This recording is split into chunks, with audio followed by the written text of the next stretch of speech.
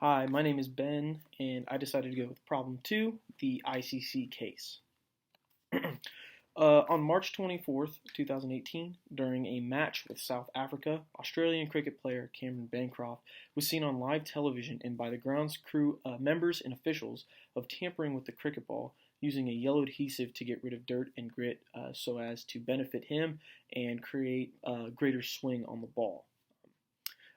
He attempted to hide this object, this adhesive, in his pants, trying to conceal it, but it was obviously caught. This was considered a hugely gross and arduous act that stunned cricket fans all over the world. During a press conference after the match, Bancroft admitted his tampering alongside team captain Steve Smith, both stating, quote, "The plot had been concocted by Australia's leadership group." Though they both insisted that head coach Darren Lehman had absolutely no knowledge of the plan at all. Both Smith and Bancroft were charged by the ICC and received fines at 75% of his match fee for Bancroft and 100% of his match fee for Smith. It's more for Smith for what the ICC says, quote, conducting in a way that is, quote, contrary to the spirit of the game of cricket. 2 days later, Cricket Australia, another association in the international cricket world, announced that Steve Smith, David Warner, who is the vice captain or co-captain of the team, and Bancroft had all been charged with bringing the game into disrepute. A huge offense that can very much tamper the reputation of these players for the future. David Warner, who, as said before, was the vice captain, did not speak to the press actually after the match in question, and was also found responsible for creating the plan of tampering and showing Bancroft how to use the adhesive.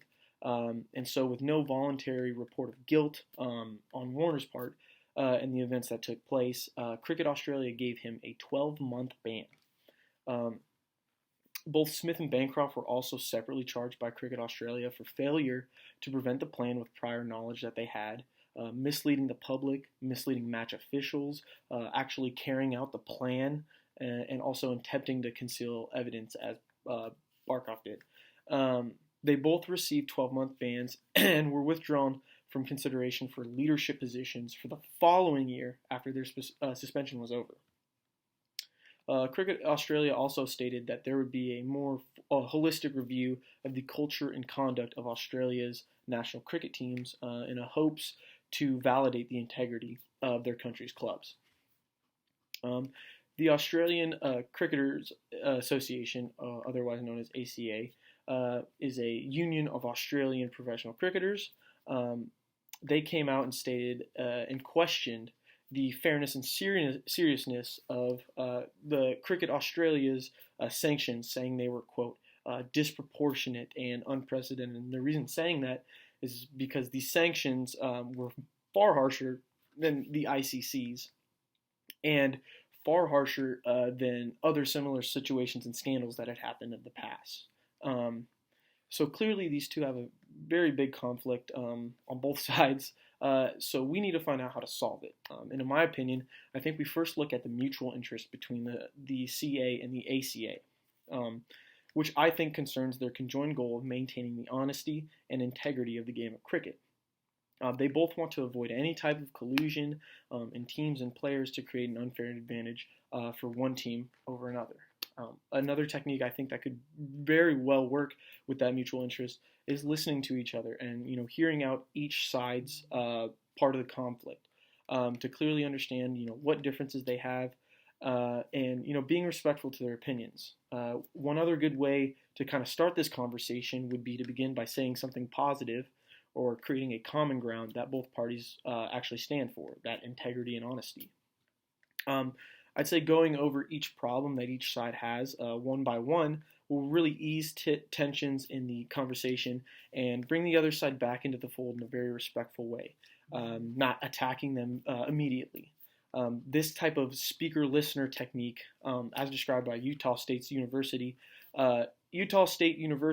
study on communication in conflict, may also provide that pathway towards a resolution for both sides.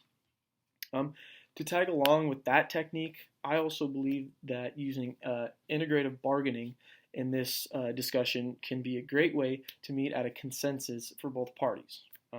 Approaching the conflict with the willingness to accommodate the other party will bring both parties together and avoid a defensive battle of losses, in my opinion. It brings in a win-win situation for both sides reaching a settlement. I think, in my opinion, the biggest thing here is not letting ego and personal pride be factors and get too involved in the conflict. Like I said, those are factors that can easily destroy the peacemaking qualities of an integrative bargaining discussion.